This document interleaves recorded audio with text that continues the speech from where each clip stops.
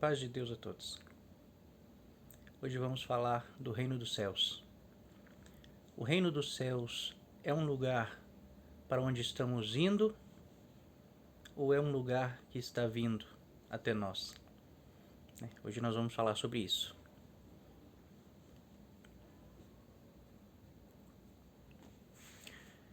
O Reino dos Céus.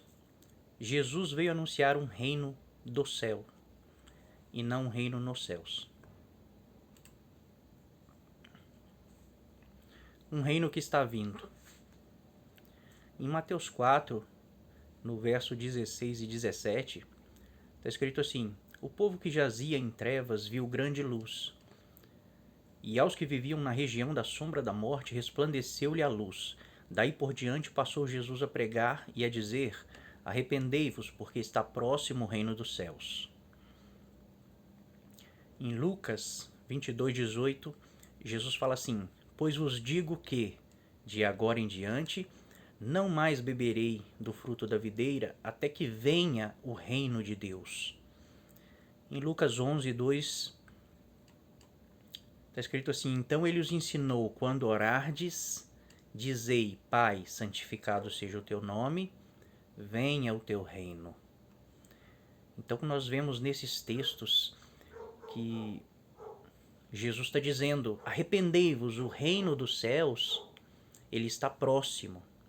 Em Lucas, Jesus diz assim: eu não vou mais beber do fruto da videira até que venha o reino de Deus. Então, no céu, provavelmente, não tem uva, não dá para fazer o vinho, que é o fruto da videira. Então, quando Jesus vai beber novamente o fruto da videira? Até que venha o reino de Deus. Então, Jesus ele vai voltar, ele vai pisar nessa terra novamente e ele vai fazer um banquete. Nós temos vários textos que Jesus fala assim: virão muitos de longe e sentarão à mesa com Abraão, Isaque e Jacó. Então Jesus ele vai voltar à terra. E quando ele voltar à terra, esse é o dia que o reino de Deus chegou. Ele falou: só vou beber do fruto da videira, não vou beber mais do fruto da videira até que o reino de Deus venha, até que tenha chegado o reino de Deus. E quando ele ensina nós a orarmos, ele fala, ele ensina nós a orarmos assim: venha o teu reino. Não é nós vamos para o teu reino, venha o teu reino. Então, irmãos, qual que é a questão? A questão é que quando nós analisamos toda a Escritura, todos os livros, todas as profecias, nós não vemos promessas de céu. Nós não vemos promessas de que a igreja vai para o céu de Deus. Em João 14 tem uma passagem que dá a entender sim que nós vamos para o céu, que Jesus foi preparar um lugar para nós nos céus, mas nós vamos chegar nessa passagem de João 14. Nós vamos falar sobre ela. Mas, desde o princípio, é anunciado um reino na terra, um reino do Messias, um reino de paz, de justiça na terra. Todos os profetas profetizaram sobre isso, um reino de paz do Messias na terra. Então, existem várias promessas, todos os profetas praticamente profetizaram sobre esse tempo. Mas nós vamos ler algumas passagens somente, para não ficar muito grande o vídeo. Isaías 9, está escrito assim: porque um menino nos nasceu, um filho se nos deu, e o governo está sobre os seus ombros. E o seu nome será maravilhoso conselheiro, Deus forte, Pai da eternidade, príncipe da paz, para que se aumente o seu governo e venha a paz sem fim sobre o trono de Davi e sobre o seu reino, para o estabelecer e o firmar mediante o juízo e a justiça, desde agora e para sempre. O zelo do Senhor dos exércitos fará isso. Então existem promessas que Jesus ele vai se assentar no trono de Davi. Jesus ele é filho de Davi, ele é a raiz de Davi. E Deus prometeu para Davi e falou assim: o seu trono, né, o seu reino, o seu governo, a sua casa reinará para sempre. Isso se cumpre em Jesus. Né? Jesus, ele, quando ele vier, ele vai vir para reinar no trono de Davi. Ele é a continuidade, ele é a raiz de Davi, o governo eterno, o reino eterno é Jesus. Então, existem todas essas profecias que não são levadas em conta quando nós vamos entender sobre escatologia, sobre a vinda do Senhor. Essas profecias não são levadas em conta. E existem diversas delas. Né? Aqui fala de um reino de paz sobre o trono de Davi. Né? Em Isaías 2, também fala assim, do verso 2 ao 4, nos últimos dias acontecerá que o monte da casa do Senhor será estabelecido no cimo dos montes, e se elevará sobre os outeiros, e para ele afluirão todos os povos. Irão muitas nações e dirão: vinde e subamos ao monte do Senhor, e à casa do Deus de Jacó, para que nos ensine os seus caminhos, e andemos pelas suas veredas, porque de Sião sairá a lei, e a palavra do Senhor de Jerusalém. Ele julgará entre os povos e corrigirá muitas nações. Estas converterão as suas espadas em relhas de arado e as suas lanças em podadeiras. Uma nação não levantará espada contra outra nação, nem aprenderão mais a guerra. Então esse texto, irmãos, ele fala desse reino, desse tempo em que o Messias vai reinar. É o reino do Messias, é um reino de paz. E aqui diz que as nações não vão mais aprender a guerra, não vai existir mais guerra. Elas vão converter as suas armas em instrumentos, né, de arar a terra. E isso nunca aconteceu, irmãos. Isso nunca aconteceu. Essa profecia ela nunca se cumpriu. Muitas pessoas dizem que essas profecias, elas são profecias, são coisas simbólicas, espirituais, que não é literal. Isso não vai acontecer literalmente. Né? Que está acontecendo, que Cristo já está reinando. Né?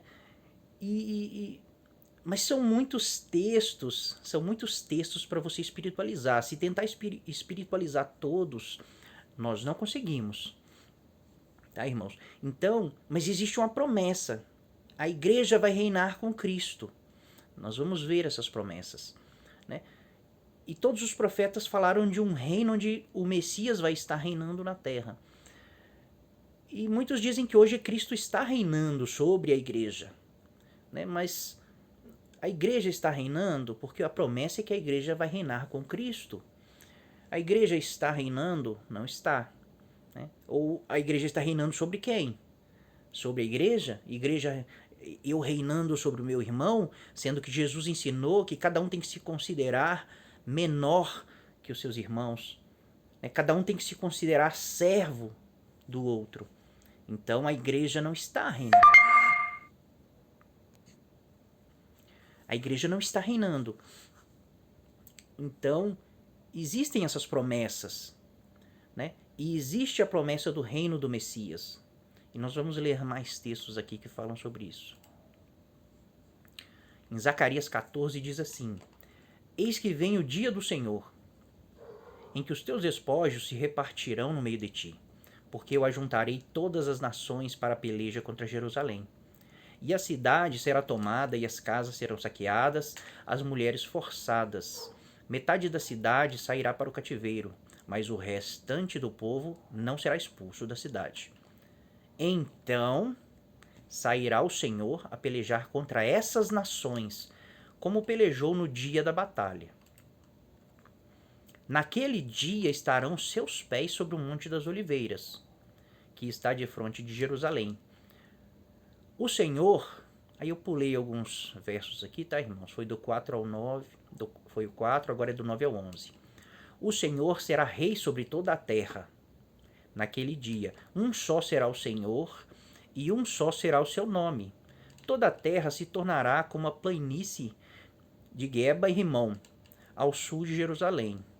Esta será exaltada e habitada no seu lugar, desde a porta de Benjamim até o lugar da primeira porta, até que a porta da esquina, e desde a torre de Ananel até os lagares do rei. Habitarão nela, e já não haverá maldição, e Jerusalém habitará segura. Todos os que restarem de todas as nações que vieram contra Jerusalém subirão de ano em ano para adorar o rei, o Senhor dos exércitos, e para celebrar a festa dos tabernáculos. Se alguma das famílias da terra não subir a Jerusalém para adorar o rei, o Senhor dos exércitos, então não virá sobre ela chuva. Se a família dos egípcios não subir, nem vier, não cairá sobre ela chuva. Virá a praga com que o Senhor ferirá as nações, que não subirem a celebrar a festa dos tabernáculos. Então, essa profecia também não se cumpre, irmão. Ela não se cumpriu ainda. Aqui está falando em Zacarias que o Senhor vai reunir, é Deus que vai trazer várias nações contra Israel, contra Jerusalém. E está dizendo aqui que quando isso acontecer, que é no fim dos dias, é o dia do Senhor, então que o Senhor vai vir pelejar contra essas nações que se reuniram para atacar Israel. E está escrito aqui que nesse dia os seus pés estarão sobre o Monte das Oliveiras. Lá em Atos, quando Jesus é assunto aos céus, no Monte das Oliveiras, e quando ele sobe, 2 anjos aparecem e falam para os discípulos assim, né, porque vocês estão olhando tristes para o céu. Esse mesmo Jesus que subiu, da mesma forma que ele subiu, ele vai voltar. Então aqui em Zacarias 14 a gente vê o dia do Senhor, onde os seus pés estarão sobre o Monte das Oliveiras. O Senhor Jesus está voltando e ele volta para derrotar essas nações que estão atacando, já tomaram metade da cidade de Israel. E é aí que o Senhor vem. Então sairá o Senhor, né, e pelejará contra estas nações. E aqui no texto, no verso 18, está escrito assim: todos os que restarem de todas as nações que vieram contra Jerusalém subirão de ano em ano para adorar o rei, o Senhor dos exércitos. Então vai haver uma grande batalha, a batalha do Armagedon, quando o Senhor Jesus vier. Mas quando acabar essa batalha, vai ter sobrado muita gente. Está escrito que todos os que restarem das nações que vieram contra Jerusalém, eles vão ter que subir de ano em ano para adorar o rei, o Senhor dos exércitos, e para celebrar a festa dos tabernáculos. E se alguém não subir, se alguma nação não subir até Jerusalém todo ano para adorar o Senhor, que está no trono de Davi, sobre essa nação não virá chuva e virá maldições. Isso nunca se cumpriu, isso nunca aconteceu. Isso é uma profecia para o milênio, é uma profecia para o reino do Messias. Tá bom, irmãos? Então são muitos textos para nós olharmos para eles e descartarmos ou espiritualizarmos todos eles, tá bom? Sabemos que tem sim textos na Bíblia que são espirituais, que são parábolas, que são símbolos, né? Não está falando exatamente o que está querendo dizer, o que está dizendo ali não é exatamente o que está querendo dizer, né? É uma figura de linguagem, mas os textos sobre o milênio, eles são muito... É muito difícil espiritualizar. É muito difícil espiritualizar tudo isso, porque todos os profetas falaram. E eles têm fundamento, irmãos. Não tem fundamento porque nós temos uma visão totalmente errada do que vai acontecer no fim. Tá bom, irmãos? A gente tem uma visão totalmente errada. Tá todo mundo indo para o céu. Tá todo mundo indo para o céu. Todo mundo quer ir para o céu, vou morrer, vou para o céu.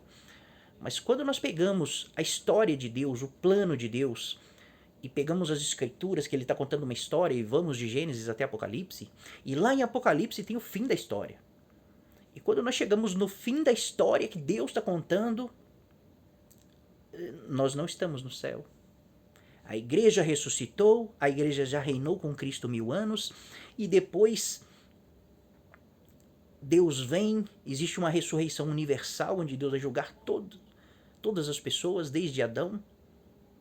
E Deus cria um novo céu, que é o céu do sol, da lua, das estrelas, é o nosso céu, né? Porque o céu de Deus, ele não precisa ser recriado, ser renovado, fazer um novo céu. O céu de Deus é santo. Então Deus cria um novo céu e uma nova terra para essas pessoas que herdaram salvação habitarem. Então, quando nós chegamos no fim da história de Deus, em Apocalipse, a partir do 20,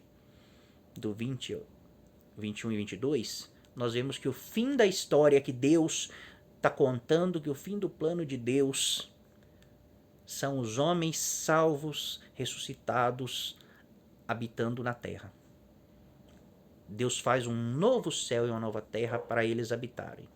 Então, por que no meio da história, nós estamos no meio da história, por que a nossa fé, a nossa esperança é de ir para um lugar diferente do que o plano que Deus fez? Então, nós vamos ver no decorrer, né, dos textos que isso fica muito claro.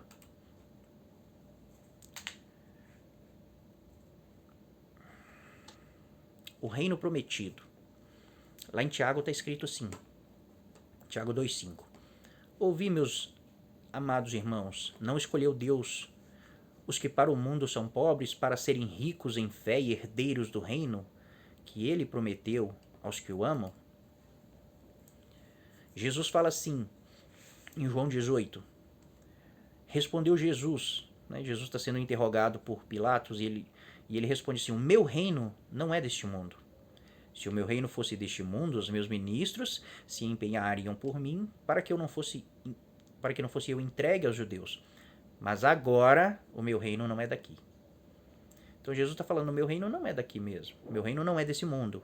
Agora o meu reino não é daqui. Depois os irmãos leem todo o contexto, tá, irmãos? Eu estou deixando os textos aí. Não dá para pôr todos os textos, fica muito grande, mas leiam todo o contexto para ver se está falando isso mesmo, tá bom, irmãos? Os discípulos esperavam o reino. Os discípulos, eles criam nisso, eles criam nos profetas, eles acreditavam que Jesus, o Filho de Deus, ele viria e estabeleceria um reino na terra, um reino de paz, de justiça, tomaria o reino dos homens, destruiria o governo dos homens, o governo de Satanás, e haveria um paraíso na terra, um reino de paz, de justiça, de amor. Então, eles esperavam isso. E eles mostram isso, eles mostram que essa era a fé deles. Em Atos 1 está escrito assim, Atos 1, 6 a 8. Então os que estavam reunidos lhe perguntaram, Senhor, será este o tempo em que restaures o reino a Israel? Respondeu-lhes, não vos compete conhecer tempos ou épocas que o Pai reservou pela sua exclusiva autoridade, mas recebereis poder ao descer sobre vós o Espírito Santo e sereis minhas testemunhas, tanto em Jerusalém como em toda a Judéia e Samaria, até os confins da terra. Então eles esperavam o reino. Os discípulos perguntaram, Senhor, é agora o reino?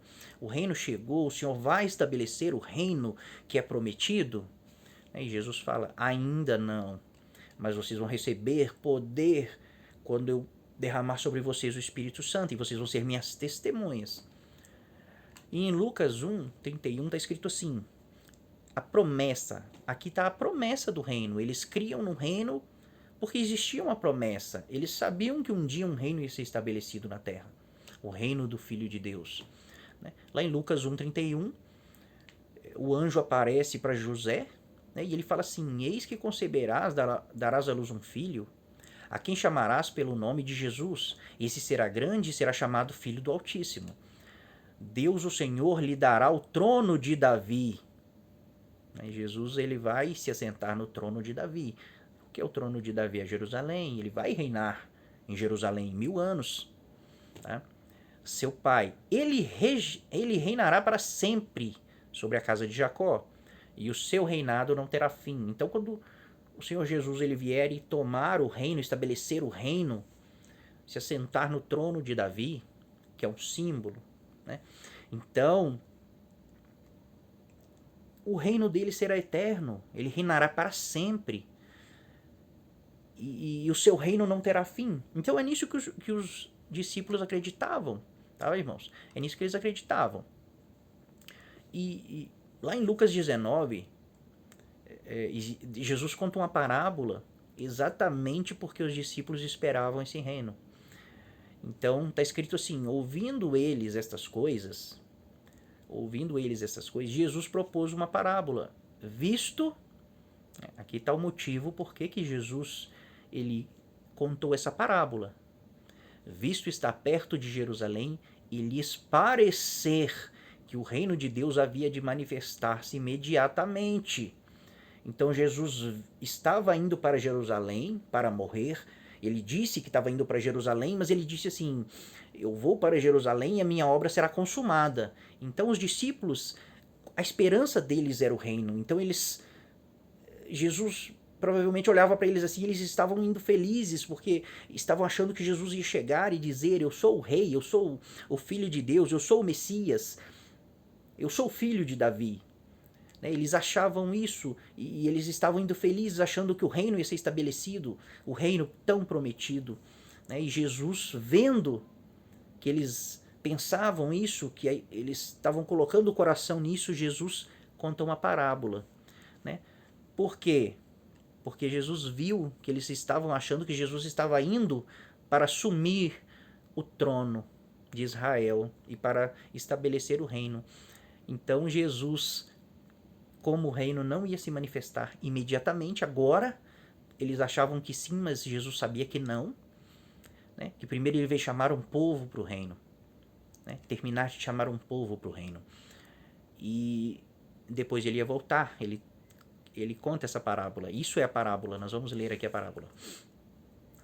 Aí a parábola é essa: então disse, certo homem nobre partiu para uma terra distante, com o fim de tomar posse de um reino e voltar. Chamou 10 servos, confiou-lhes 10 minas e disse-lhes: negociai até que eu volte. Quando ele voltou, depois de haver tomado posse do reino, mandou chamar os servos a quem dera o dinheiro, a fim de saber que negócios cada um teria conseguido. Compareceu o primeiro e disse: Senhor, a tua mina rendeu 10. Respondeu-lhe o Senhor: muito bem, servo bom, porque foste fiel no pouco, terás autoridade sobre 10 cidades. E depois o Senhor continua a parábola: quem granjeou 5 talentos vai ter autoridade sobre 5 cidades, quem não granjeou, enterrou o talento. É uma parábola semelhante à parábola dos talentos, tá bom? Tá, irmãos? Essa é a parábola das minas. Mas Jesus está contando a parábola de um reino. Ele está falando porque parecia que ele ia estabelecer o reino naquele momento. Os discípulos achavam que sim, então ele conta uma parábola. Ele fala: certo homem partiu para uma terra distante, a fim de tomar posse de um reino e voltar. Então ele está falando dele mesmo. Ele está falando: eu vou embora, eu não vou, não é agora. Eu vou para o Pai, eu vou para longe. Eu vou derramar sobre vocês o Espírito e vocês vão ser minhas testemunhas. Enquanto eu estiver fora, vocês vão ser meus servos. Vou derramar o meu Espírito, os meus talentos, os meus dons, tesouros do céu, riquezas do céu sobre vocês. E vocês vão ser minhas testemunhas, vocês vão ser meus servos, vão cuidar das minhas coisas, das coisas espirituais. E um dia eu vou voltar. E quem tiver granjeado, quando eu estabelecer o meu reino, vai ter autoridade no meu reino. E depende de o que cada um fazer no reino. Tá bom, irmãos? Então, leiam essa parábola. Leiam ela toda. Os irmãos vão ver que Jesus está falando, ele está fazendo exatamente isso. Parecia que ele ia estabelecer o reino agora, o reino da promessa. Mas ele disse: não, eu vou e depois eu vou voltar. E quando eu voltar, eu vou estabelecer o reino. E quem tiver granjeado os dons que eu vou dar, vai ter o galardão. Vai ter o galardão em proporção. Mas nessa mesma parábola,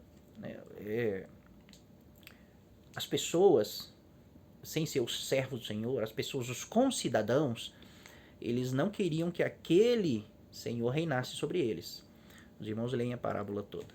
Tá escrito assim: mas os seus concidadãos o odiavam e enviaram após ele uma embaixada, dizendo: não queremos que este reine sobre nós. Quanto, porém, a estes inimigos, aqui já é o Senhor falando, que não quiseram que eu reinasse sobre eles, trazei-os aqui e executai-os na minha presença. Então, irmãos, pessoas cidadãos de onde o reino vai ser estabelecido, de onde o Senhor vai reinar. Pessoas, eles não queriam que o Senhor reinasse sobre eles. Né? E se o reino é no céu, se o reino que Jesus está falando aqui na parábola é um reino nos céus, né? Será que tem no céu alguém que não quer que o Senhor reine sobre eles? Será que os anjos vão se rebelar novamente? Vão dizer, não, aqui o Senhor não vai reinar. Aqui já tem uma hierarquia. Né? Porque a parábola que Jesus está contando é assim. Tem gente aonde eu vou estabelecer esse reino que não quer que eu reine.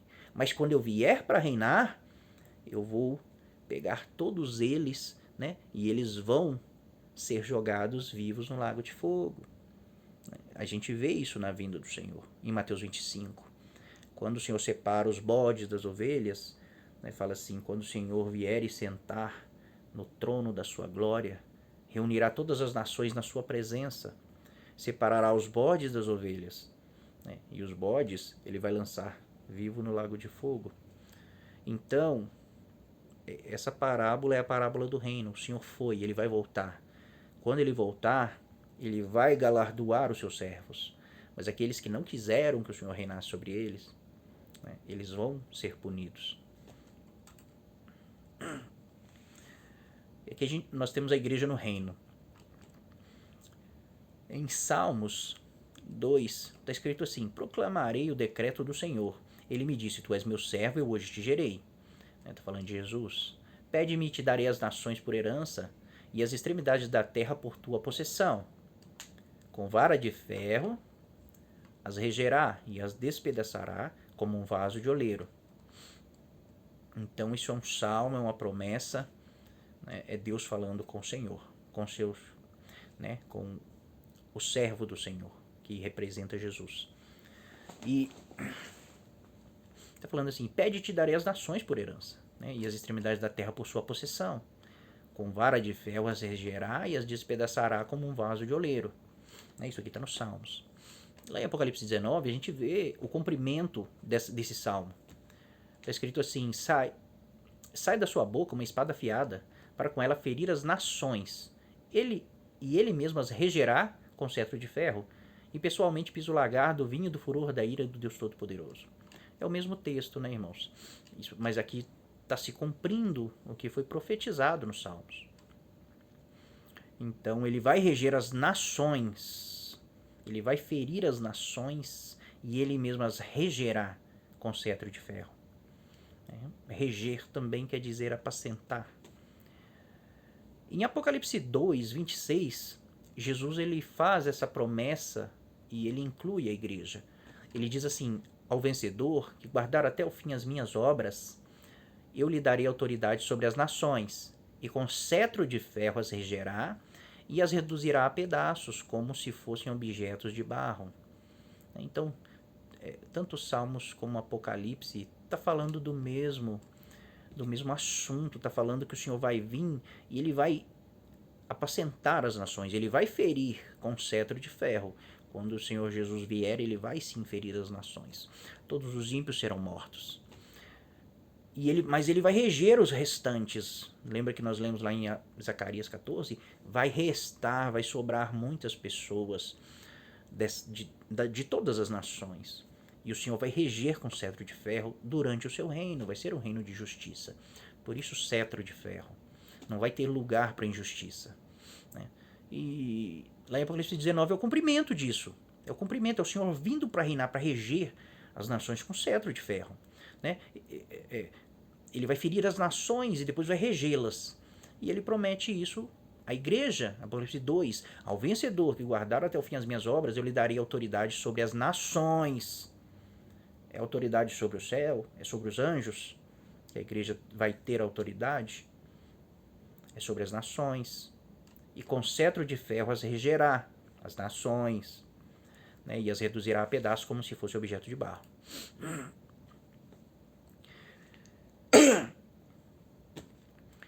Não existe na Bíblia muitos textos que falam que nós vamos para o céu. Não existe. Foi até isso que me gerou, que despertou esse desejo de aprender, de entender isso, porque eu não via isso nas Escrituras, tá, irmãos? E E eu comecei a procurar e não acha, tá? João 14, distorcido, sem entender o contexto e sem ler João 14 inteiro, pode ser sim que a gente diga isso, né? E é baseado nisso que todo mundo está indo para o céu. Mas nós vamos falar sobre João 14 mais para frente. Mas existe um texto que fala assim: o nosso galardão está no céu. Em Lucas 6 está escrito assim: regozijai-vos naquele dia, exultai, porque grande é o vosso galardão no céu, pois dessa forma procederam seus pais com os profetas. Então, grande é o vosso galardão nos céus. Né? E o galardão, a Bíblia não mente. O galardão ele está nos céus. A Bíblia não mente. É verdade. Tudo que a Bíblia fala é verdade, tá, irmãos? Pode ser que algum texto foi mal traduzido, ou pode ser que você está interpretando errado. Né? Mas o que a Bíblia está querendo dizer é a verdade. Então nós temos que procurar entender a verdade.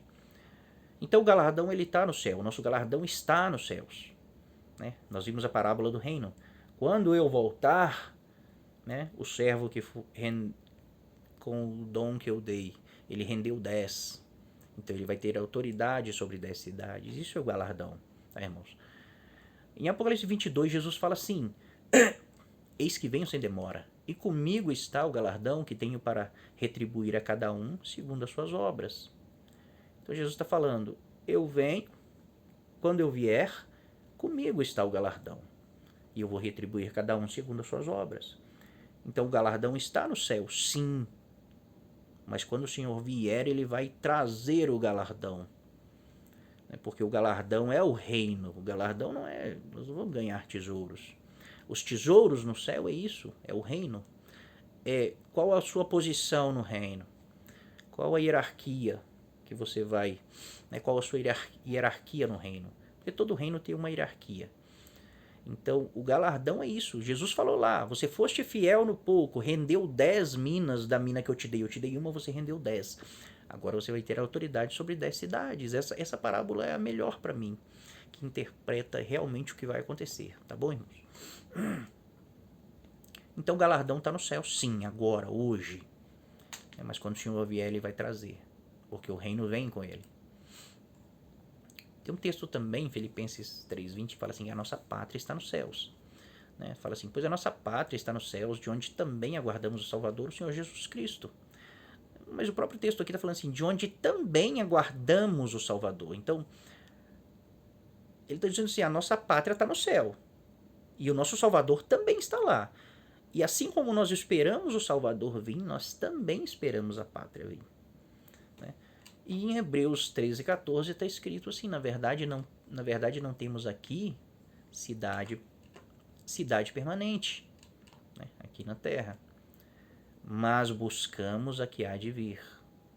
Então, existe uma cidade que vai vir para a terra. Existe uma pátria que vai vir para a terra. A nossa pátria, ela está nos céus. É o reino dos céus. Nós não somos dos céus. Nós somos homens, fomos criados na terra, do barro. Mas, quando nós nos tornamos nova criatura, nós nos tornamos seres espirituais. Deus derrama do seu espírito sobre nós. Então, nós passamos a participar da família de Deus. Nós passamos a participar do Espírito de Deus. Então, nós somos também seres celestiais. Né? O Espírito de Deus em nós nos transforma em espirituais. Então, nós não somos carnais, nós somos carnais, né? Mas os que se entregam de verdade ao Senhor, ao Espírito do Senhor, se tornam espirituais, se tornam filhos de Deus. Então, a nossa pátria, ela é do céu. Então, quem reina hoje na terra é Satanás. Quando ele tenta Jesus, né, e Jesus ele fala assim: se prostrado me adorares, te darei todos os reinos da terra, porque são meus e eu dou a quem eu quero. Jesus não contradiz ele, Jesus não chama ele de mentiroso e nada, porque ele tomou o reino dos homens. Adão foi criado e colocado na terra e foi dito: governa a terra, sujeita tudo, sujeita os animais, a terra. Mas Adão ele peca, ele perde a semelhança de Deus. ele perde a glória de Deus. Então Satanás assume. Então, quem reina aqui hoje? É Satanás. E o reino dos céus, ele vai vir. Então a nossa pátria ainda não é aqui, a nossa pátria é do céu. Um dia o reino do céu vai ser estabelecido. Então será a nossa pátria, será o nosso reino, onde a igreja com Cristo vai reinar. Abraão também esperava essa cidade. Abraão já cria nisso, tá, irmãos? Em Hebreus 11 está escrito assim: pela fé peregrinou na terra da promessa, como em terra alheia, habitando em tendas com Isaque e Jacó, herdeiros com ele da mesma promessa, porque aguardava a cidade que tem fundamentos, da qual Deus é o arquiteto e edificador. Em Hebreus, no verso 15, 11, no verso 15, está escrito assim: e se na verdade se lembrassem daquela de onde saíram, teriam oportunidade de voltar. Mas agora aspiram uma pátria superior, isto é, celestial. Por isso Deus não se envergonha deles, de ser chamado seu Deus, porquanto lhes preparou uma cidade. Então esse texto está dizendo assim que todos esses heróis da fé, eles não visavam uma pátria terrena, né? Porque se é disso que eles estavam falando, de uma pátria, eles poderiam voltar de onde eles saíram. Né? Mas o texto está dizendo, eles não estão falando que eles querem voltar para a pátria de onde eles saíram, porque se fosse isso, eles poderiam voltar, mas eles aspiram uma pátria superior, que é celestial. Ela é celestial. Né? E eles sabem, eles creem que Deus preparou uma cidade para eles. Né? E essa cidade é a Nova Jerusalém. Nós vamos ver os textos sobre essa cidade. E está aqui. A cidade prometida. Em Apocalipse 21, está escrito assim: vi a cidade santa, Nova Jerusalém, que descia do céu, da parte de Deus, ataviada como noiva adornada para o seu esposo. Então ouvi grande voz vinda do trono, dizendo: eis o tabernáculo de Deus com os homens. Deus habitará com eles. Eles serão povos de Deus, e Deus mesmo estará com eles. Então é Deus que vai vir habitar com nós. Não é nós que vamos ir habitar com Deus. Deus vai vir habitar com nós. Deus mesmo estará com eles. Aí em João 14, né, não tem como falar disso sem falar de João 14. Em João 14, está escrito assim: na casa de meu pai há muitas moradas. Se assim não fora, eu vou-lhe teria dito, pois vou preparar-vos lugar. Então, se a gente lê esse texto, todo mundo que lê esse texto entende isso mesmo. Jesus foi no céu preparar um lugar para nós. E um dia ele vai voltar e vai nos levar para lá. É um texto bem... Se lê a partir o verso 2 e o verso 3, se eu não me engano, é isso mesmo. Né? Mas se lê João 14 inteiro, João 13 e João 14... aí você vai entender que Jesus não está falando de preparar um lugar para nós. Ele está falando de preparar lugar em nós. Ele vai fazer de nós morada através de um caminho, que é o Espírito Santo. Nós vamos nos tornar participantes do Espírito de Deus. Então vai existir um caminho direto entre nós e Deus. Nós vamos ter acesso ao Pai pelo Espírito do Pai. E o Pai vai ter acesso diretamente aos nossos corações. O Pai vai habitar em nós. Nós seremos morada do Pai. Né? Não vou me estender em João 14 porque teria que ler ele todo e é complicado de explicar, sim. Não é fácil de entender. Mas quando nós lemos João 14 inteiro, percebemos que Jesus está falando do Espírito Santo que ele ia enviar. Esse seria o caminho de nós até o Pai, que nos levaria diretamente ao Pai e traria o Pai diretamente a nós. Mas eu vou dar apenas uma introdução, né, para os irmãos meditarem sobre o texto. Jesus fala assim: na casa de meu Pai há muitas moradas. Se nós entendermos o que é a casa do Pai e o que são as moradas, a gente dá para entender João 14.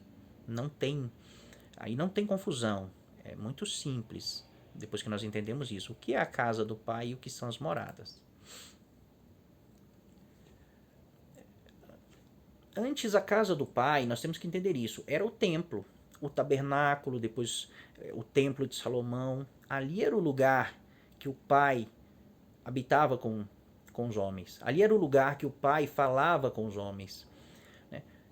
E Jesus, ele diz isso quando ele expulsa as pessoas que estavam vendendo, né? Os vendilhões do templo. Jesus fala, não fazei negócio da casa de meu Pai. Então o próprio Jesus fala, aqui é a casa do Pai. Por que era a casa do Pai? É o lugar onde o Pai se encontra com os homens. Era um templo, era o templo. Só que Jesus diz assim, derruba esse templo e em 3 dias eu o reedificarei. E o texto diz assim que os apóstolos, os discípulos, eles entendem que ele estava falando da sua morte, do seu corpo. Então Jesus está falando assim, o meu corpo vai ser o templo, é o verdadeiro templo. Esse vai ser destruído, e ele é destruído no ano 70. Né? O templo de Jerusalém é destruído. Mas Jesus falou assim, eu vou levantar, eu vou edificar o verdadeiro templo. Porque aquele templo, aquele tabernáculo, era sombras da igreja. Porque quem é o corpo de Cristo? Ele falou assim, derruba esse templo, em 3 dias eu reedificarei. Ele estava falando da ressurreição. E quando ele ressuscita, né, a igreja faz parte do seu corpo. A igreja é o corpo, Cristo é o cabeça, a igreja é o corpo. Então ele estava falando assim, eu vou levantar o verdadeiro templo. A verdadeira casa do Pai, que é o meu corpo, que é a igreja. Né? Quando Jesus está conversando com a mulher samaritana, ela fala assim, aonde, Senhor, devemos adorar? É em Jerusalém, no monte, no templo do monte, ou é em Samaria? Tinha um templo lá também. E Jesus fala assim, chegou a hora, né, chegou o momento em que os verdadeiros adoradores adorarão em espírito e em verdade. Né? Então os verdadeiros adoradores agora não serão mais pessoas, serão pessoas, né? Mas não será uma nação que terá que subir a um templo para adorar. Né? Serão pessoas espirituais que vão estar em todos os lugares. Então eles não vão se reunir em um templo, eles são o templo. Então eles vão adorar o Pai agora em espírito, o Pai é espírito. Então os verdadeiros adoradores vão adorar em espírito e em verdade, ou seja, é o verdadeiro templo, agora é a verdade, a realidade. Esse templo era sombra. Agora os verdadeiros adoradores vão adorar em espírito e em verdade, que é o verdadeiro templo, que é o corpo de Cristo. Então temos textos aqui que em 1 Timóteo Paulo fala assim, para que se eu tardar, fiquei ciente de como se deve proceder na casa de Deus, que é a igreja do Deus vivo, coluna e baluarte da verdade. Então Paulo está dizendo que a casa de Deus é a igreja. Né? A casa de Deus, a casa do Pai. Né? Na casa de meu Pai há muitas moradas. A casa do Pai era o templo. Agora, Deus não habita em templos, irmãos. É tudo... Deus ele conversa com nós de uma forma que nós possamos entender. Né? Todos nós sabemos que Deus não habita em templos. Então, mas Deus ele se manifestava ali no templo de Jerusalém. Ele se manifestava uma vez por ano, descia uma coluna de nuvem ali e Deus falava com o sumo sacerdote. Mas Paulo está falando assim que a casa é de Deus, que é a igreja do Deus vivo. Né? Pedro também fala, Pedro fala assim, também vós mesmos, vós quem? A igreja, como pedras que vivem, sois edificados, casa espiritual, para ser de sacerdócio santo, a fim de oferecer sacrifícios espirituais agradáveis a Deus por intermédio de Jesus Cristo. Então aquele templo ele era a casa de Deus literal, física, né? E tinha um sacerdócio ali que exercia um ofício dentro daquele templo. Mas Pedro fala assim, agora vós, né, pedras, vocês são pedras que vivem, e vocês estão sendo edificados casa espiritual, ou seja, um templo, para ser de sacerdócio santo, a fim de oferecer sacrifícios espirituais agradáveis a Deus. Então nós somos o templo, cada um de nós somos pedras vivas, e quando junta todas essas pedras vivas é construído um templo, uma casa espiritual, tá, irmão? Um templo espiritual. Os verdadeiros adoradores adorarão em espírito e em verdade, né? Para ser de sacerdócio santo. Está falando agora do verdadeiro templo. Aquele templo era sombra, era um templo literal de pedras, e tinha dentro desse templo um sacerdócio levítico que ofereciam sacrifícios, né, literais.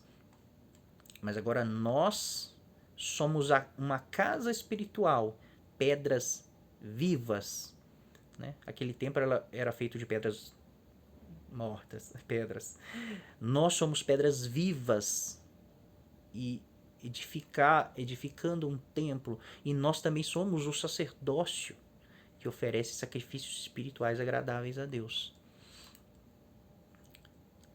Ainda falando da casa do Pai, a casa, nós temos que entender o que é a casa do Pai.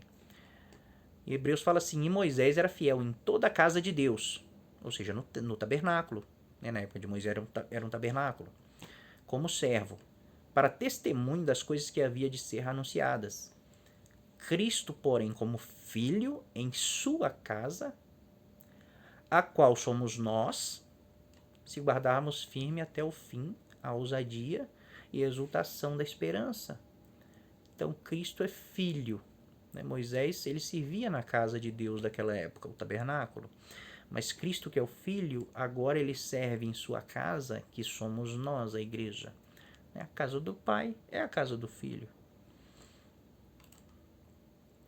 Agora nós vamos falar das moradas. O que são as moradas? Na casa de meu Pai há muitas moradas.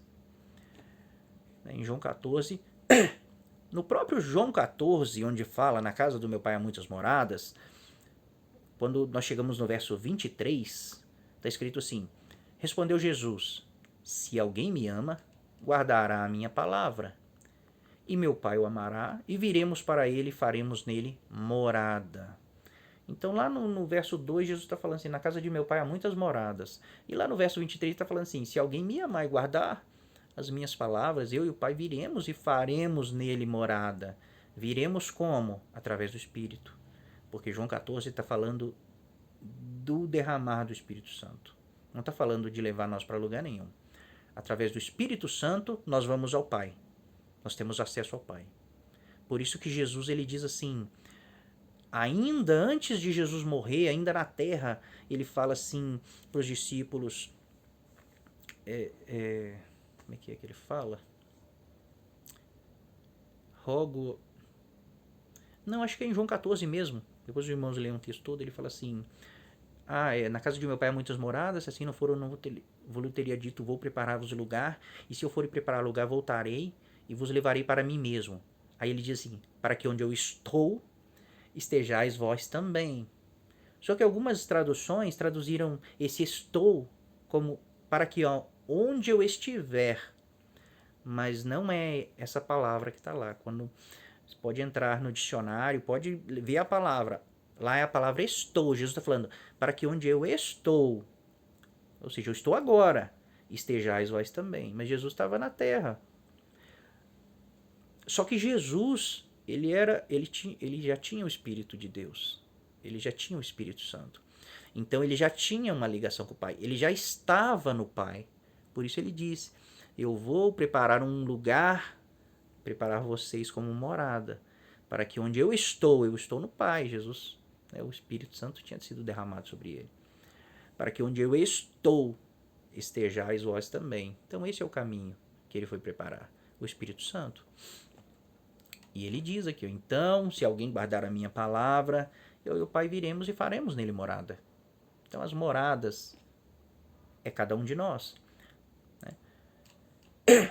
Efésios, Paulo fala assim, edificado sobre o fundamento dos apóstolos e profetas, sendo ele mesmo Cristo Jesus, a pedra angular, na qual todo edifício bem ajustado cresce para santuário dedicado ao Senhor, no qual também vós juntamente estáis sendo edificados para a habitação de Deus no Espírito.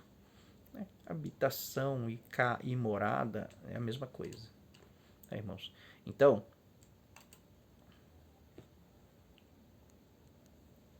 Então, o que é a casa do Pai? A casa do Pai é a igreja, é o corpo do Filho, é o templo, é o verdadeiro templo. É uma casa feita de pedras vivas, isso é a casa do Pai, é onde ele se manifesta, é onde ele encontra com os homens. E o que são as moradas? É cada um de nós, é cada coração. Então, na casa de meu Pai, que eu vou erguer, é isso que Jesus está falando ali. Eu vou agora levantar, edificar o verdadeiro templo. O verdadeiro templo vai ser edificado quando eu ressuscitar, que é um templo espiritual, onde os verdadeiros adoradores vão adorar em espírito e em verdade. E quando eu levantar, e quando eu edificar a casa do Pai, que é o verdadeiro templo, né, eu vou preparar vocês como morada. Ou seja, tem muito espaço para todo mundo. Deus quer que todos se salvem e cheguem ao pleno conhecimento da verdade. Então, a casa do Pai é a igreja. As moradas é cada um de nós, é cada indivíduo. Mas, irmãos, se Jesus realmente ele estivesse dizendo, na casa de meu pai há muitas moradas, né, no céu, vamos supor que ele está dizendo do céu mesmo, e ele diz assim, eu vou preparar lugar para vocês, né, para levar vocês para lá. Vamos supor que ele estava dizendo isso mesmo, né? Tem o texto aqui, ó, na casa do meu pai há muitas moradas, se assim não for eu teria dito, pois eu preparava-vos lugar. Vamos dizer que ele está falando que ia preparar um lugar para nós no céu, né? Mas aí ele estaria se contradizendo com ele mesmo, porque em Mateus 25, ele diz assim, então dirá o rei aos que estiverem à sua direita, isso é na vinda do Senhor, quando ele estiver separando os bodes das ovelhas. Vinde, benditos de meu pai, entrai na posse do reino que vos está preparado desde a fundação do mundo. Então o reino ele está preparado desde a fundação do mundo. Ele está preparado desde a fundação do mundo ou Jesus foi preparar, né, quando ele foi assunto aos céus? Então ele não estaria se contradizendo, irmãos. O reino que foi prometido, ele já está preparado desde a fundação do mundo, porque é a terra. Quando Deus faz o homem imortal. E Deus coloca na terra, Deus faz da terra. Deus pega do barro e faz. Se Deus quisesse que o homem morasse no céu, tinha feito o homem no céu, colocado no céu, como ele fez os anjos, né, os querubins, os serafins, cada um ele fez de uma matéria, provavelmente eles são feitos de uma matéria do céu, mas o homem é feito de barro, o homem é feito da terra. E Deus faz um reino para o homem, que é a terra, e dá esse reino para o homem. Vai, Adão e Eva, que representa Cristo e a igreja, reina sobre a terra, domina, sujeite-a. Né? Então, esse é o reino que foi preparado desde a fundação do mundo. Não fala que o reino foi preparado antes da fundação do mundo. Desde quando foi feito, né, quando Deus criou a terra, esse é o reino. Por isso que no fim da história de Deus, os homens estão reinando sobre a terra. Os homens salvos, ressuscitados, Deus vai fazer um novo céu e uma nova terra, né? Porque Deus também vai habitar com os homens. Lá em Apocalipse 22 a gente vê isso. Deus vai habitar conosco aqui na terra. Então Deus ele vai fazer um novo céu e uma nova terra, porque esse céu e essa terra já viram muito pecado, né?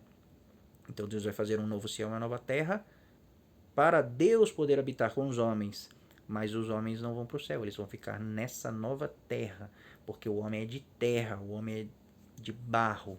E mesmo os glorificados na ressurreição, né, a igreja ela vai ser revestida sim do céu, vão ser filhos de Deus, assim como os anjos são filhos de Deus. Os anjos são filhos de Deus, mas eles não são da mesma matéria do Pai. Eles não têm a essência do Pai. Por isso que Jesus, ele é chamado de unigênito, ele é o único do gênero do Pai. Ele é o único que foi gerado do Pai. Ele é unigênito. Mas a Bíblia também diz que ele é o primogênito de muitos irmãos. Quando ele se torna carne como nós, ele se torna o primeiro de muitos irmãos, o primogênito. Então todos nós vamos ressuscitar com carne. Jesus, quando ressuscita, ele aparece para os discípulos e fala: toca na minha carne e nos meus ossos, sente a minha carne e os meus ossos. Ele ressuscitou já glorificado e ele tinha carne e osso. E a Bíblia diz que o nosso corpo será igual ao dele. Então o homem vai ressuscitar sim em carne e osso, mas vai receber do céu, né, esse revestimento de glória. Então a terra foi preparada para os homens. O reino que foi preparado desde a fundação do mundo é a terra. Foi corrompido, o pecado corrompeu tudo, mas Deus vai restaurar tudo e vai entregar na mão dos seus filhos, dos homens glorificados. Tá, irmãos? Mas isso é outro. São assuntos mais profundos. Esperamos a promessa. Nós também esperamos. A igreja primitiva também acreditava nisso, tá, irmãos? Pedro fala assim, em 2 Pedro ele fala assim: esperando e apressando a vinda do dia de Deus, por causa do qual os céus incendiados serão desfeitos e os elementos abrasados se derreterão. Nós, porém, a igreja, segundo a sua promessa, existe uma promessa, esperamos novos céus e nova terra, nos quais habita a justiça. Então, Pedro está falando, nós temos que esperar isso aqui, ó. A nossa esperança que foi prometida é isso aqui, ó. Novos céus e nova terra, nos quais habita a justiça. Do que ele está falando? Quando Cristo vier para a terra, ele vai destruir, sim, todas as obras dos homens, os ímpios vão ser mortos, vai restar muitas pessoas, que vão ser regidas pelo governo de Cristo, porque Cristo e a igreja vai reinar sobre quem? Não é sobre os anjos, não é no céu. O céu já tem um reino. Eles vão reinar sobre esses povos, sobre essas nações, né, que restaram da última batalha, do Armagedon, né, da guerra contra o anticristo. Então, quando Cristo vier, a nossa esperança é novos céus e nova terra nos quais habita a justiça, que é o reino do Messias estabelecido. É Cristo e a igreja reinando e regendo as nações com cetro de ferro, ou seja, um reino justo. E de onde Pedro tira essas promessas, essa esperança? Né? Uma terra onde habita a justiça, ele fala, nós esperamos uma terra onde habita a justiça. Lá em Jeremias está escrito assim, eis que vem dias, diz o Senhor, em que levantarei a Davi um renovo justo, né? A raiz de Davi, Jesus. E rei que é, reinará, e agirá sabiamente e executará o juízo e a justiça na terra. É disso que Pedro está falando. Isaías também fala, ele fala assim, mas julgará com justiça os pobres e decidirá com equidade a favor dos mansos da terra. Ferirá a terra com a vara que sai da sua boca e com o sopro dos seus lábios matará o perverso. O perverso aqui é o anticristo. Então isso não aconteceu. Vai acontecer quando o Senhor vier para reinar, para estabelecer esse reino. E quando ele vem, a gente sabe que ele vem e mata o anticristo com o sopro da sua boca. Então depois que ele mata o anticristo, ele estabelece o seu reino, o reino do Messias, o reino que foi prometido. Essa era a esperança de Pedro. É isso que ele ensina a igreja a esperar. Um novo céu e uma nova